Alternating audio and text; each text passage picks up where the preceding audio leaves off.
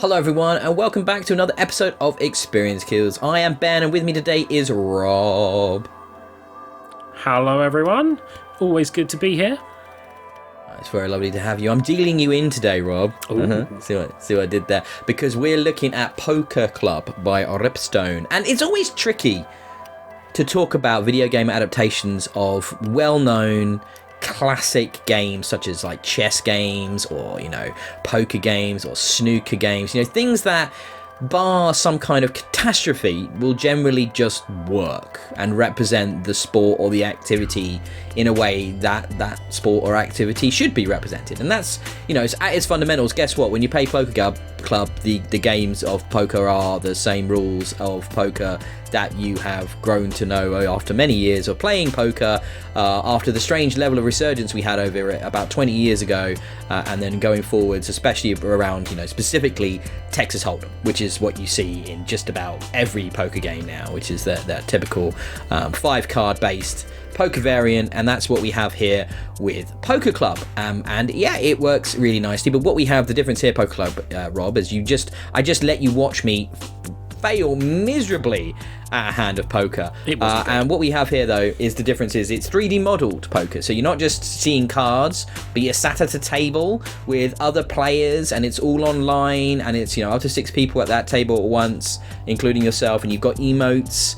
So there is an element of potentially getting some of the psychology of a game of poker at play in a game like this, because it's not just obfuscated numbers and suits and probability, but there is an element of representation of physicality in this game. I kind of disagree at this point, because as someone who isn't a really big emoter in games, I just won't emote. I could have the nuts and I just won't emote, and people won't be able to get a read. I think it depends on the attitude of the players. I think it's a fun thing. I think it's a nice feature that they've got the emotes in there. Are there quite a number of varied emotes in there, or is it sort of quite a strict number?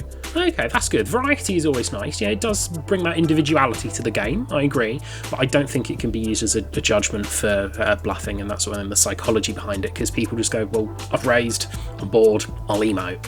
I think beyond that, the biggest problem is you just watch me play a single hand after buying in 700 chips, and I went all in on that hand, because there's no actual investment, is there? You're not risking your own money, and that's what playing a game of real poker with your friends or not, or competitively, is all about. You've paid for that, the buy-in, be it 20 quid or 200,000, therefore you have an investment in what you're doing, and when it's your own money at stake, you play very differently, and you think about what you're doing a great deal more involved, don't you? So and that's the biggest problem with any poker video game. It'll always be the biggest problem. So unless you somehow get around it and you do put your own money into it, and then that becomes gambling, which is therefore very unlikely to be a video game in a traditional sense, you're always going to have that obfuscation from the reality of the sport. And they give you like 50,000 chips or credits or whatever you want to call it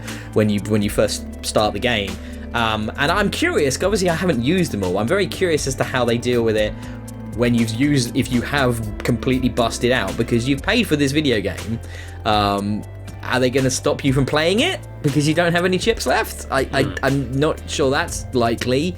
I would have thought you'll get another loan or something, and you just get another loan, another loan, another loan. You just get more and more in debt to the Ripstone poker gods. But I mean, I don't know about you, Rob. Have you ever had fun playing a poker video game? I've not played many poker video games. In a previous life, I was actually a croupier at a casino, a very well-known casino company in the UK, which I shan't mention the name of. So I've had my fair fill of poker.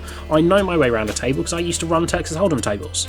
Wow. So yeah, I'm a very good person to loop into this review.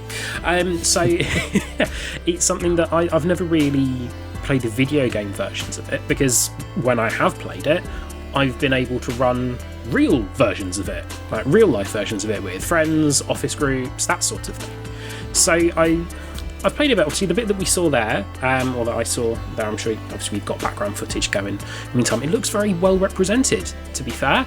It's one thing I did kind of like is that it shows when you're looking at your cards. So often with online poker games, so we have like World Stars Poker, the actual gambling side of digital poker. It's just you're permanently exposed to your cards. You see what you have at all times. But with Poker Club, when you actually turn around and look at your cards, you do the action. Your avatar is doing the action of looking at the cards. So you have that effect of, I think that would bring more into the psychology side of it, that movement of your avatar. Because if you're sat there looking at your cards, then looking at the river in the middle, then going back to look at your cards, then looking at the river, that implies more about the psychology than it does like emotes and that sort of thing. But I think that it's a very nice feature. It's a nice interactive feature. Rather than just having the information at all times, you actually have to do something for the information. It makes it feel a bit more immersive, a bit more real. Yeah, I couldn't agree more. I think it's a really nice little addition to it as well. I've played poker games on and off on games consoles for fun and not betting reasons for a long time. I remember I can't remember what it was called, but there was one that came out on the Xbox Live Arcade back on the 360 days, early 360 days, and that was kind of the first one of that kind. And I remember putting hours and hours and hours and hours and hours into that game, but it was nowhere near as pretty looking as Poker Club is. When it comes to features, there's tournaments, there's single player. Well, there's not really single player. Even the kind of sort of focused progression modes do put you in with real players, because I think, understandably, playing AI in poker would be pointless. There's really no reason to play against a computer in that situation. And it is cross-play as well. So the consoles are also playing with the PC game guys who've got it as well. So there's always going to be a player base available, which is really nice, which is a really good idea. So that helps with making sure that there's people always about to play the game. It launched with a few technical issues, which I was just testing, and they seem to have already been resolved, which is really good to know. That they're listening and they're developing the game immediately with hot fixes and stuff. I think what it was they weren't expecting so many people to get the game, and the servers got a bit stressed under the load, so they had to optimize that a little. But now that's all running nicely.